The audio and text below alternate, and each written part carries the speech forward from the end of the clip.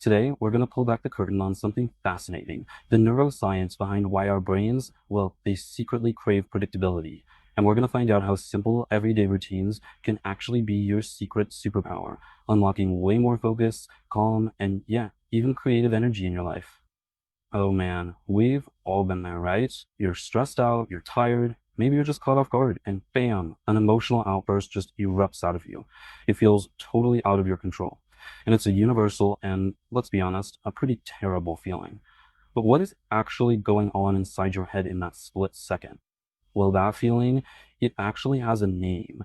It's that moment when your logical, rational brain gets completely shoved aside by this massive emotional wave. Neuroscientists have a great term for this. They call it an amygdala hijack.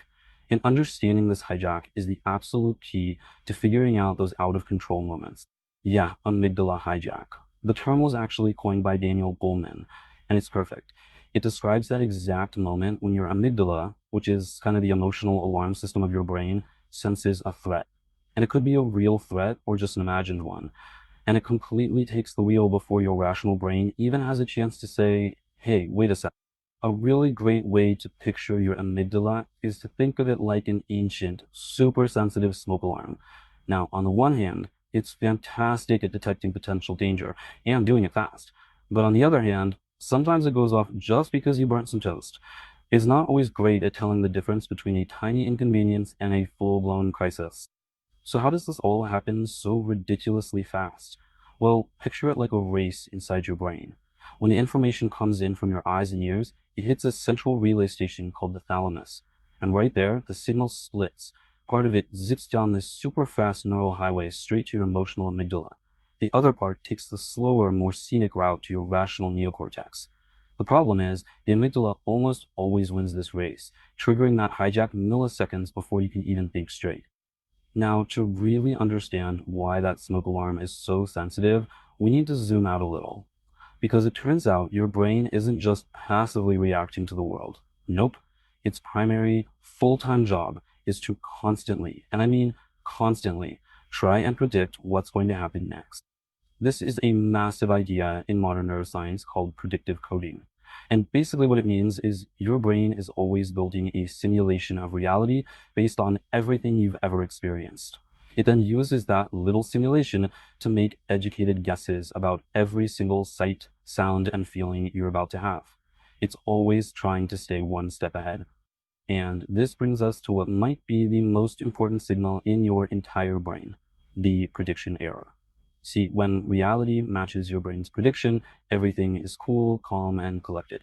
But when there's a mismatch, when something unexpected happens, your brain flags it with this powerful error signal. It's a signal that basically screams, whoa, pay attention. We need to update the model right now. So, okay, prediction errors are how we learn. That makes sense. But what happens when the brain can't generate good predictions at all? What happens when it's just faced with pure raw uncertainty? Well, that's when the whole system can start to go haywire. I mean, really think about it. When your brain is just starved of reliable information, it starts firing off constant prediction errors.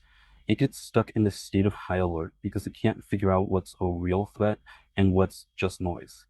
And for some people, this state is particularly painful. It's a psychological trait called intolerance of uncertainty. If you score high in IU, your brain doesn't just treat the unknown as a curiosity to be solved, it treats it as a direct, immediate threat. And that is what keeps that hair trigger smoke alarm, the amygdala, constantly primed to go off. Now hold on, because this next part is absolutely fascinating. The stress of uncertainty, the pain of social rejection, or even a broken heart, it activates the exact same pain centers in your brain as a physical injury. We're talking about the same regions lighting up whether you stub your toe really hard or you get ghosted. To your brain, the pain of not knowing is just as real as a physical wound. So why would our brains be wired up this way? Well, you can thank evolution's love of efficiency. It was just way more economical for the brain to repurpose one existing pain network for all kinds of distress signals, physical or emotional. Which means that horrible feeling you get from uncertainty, it feels physically real because, neurologically speaking, it pretty much is.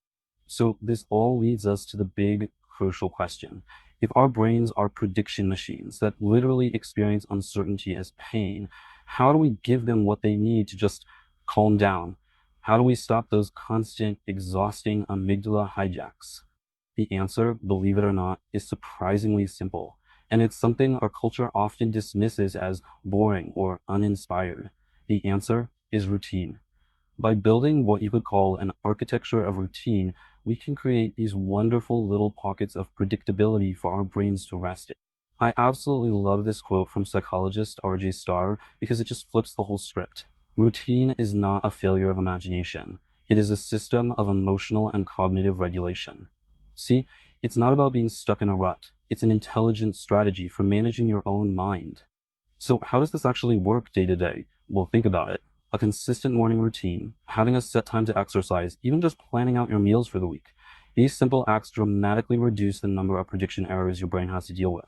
And less mismatch between what's expected and what happens, that means a calmer nervous system. It means a quieter amygdala. And that directly lowers your chances of having one of those emotional hijacks. So you see, far from being a cage, routine can actually be the key to a completely different kind of freedom. A freedom that's built on a stable, reliable foundation. I mean, just look at the psychological payoff here. When you don't have to constantly decide what to wear or what to eat or when to start working, you slash your decision fatigue. This preserves your precious cognitive energy. It calms down that overactive threat detection system, and it gives you a deep, grounding sense of stability even when the world outside feels totally chaotic. Here's another way to think about it.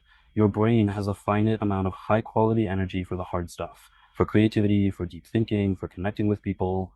Routine is just a smart strategy to stop wasting that top shelf energy on trivial, repetitive decisions. You put the small stuff on autopilot so you can be fully present for the big stuff. And this really gets to the core of it all. Our culture loves to sell us this idea of freedom from structure, a life of pure spontaneity. But more often than not, that just leads to burnout and exhaustion. The real power, the sustainable power, lies in freedom through structure.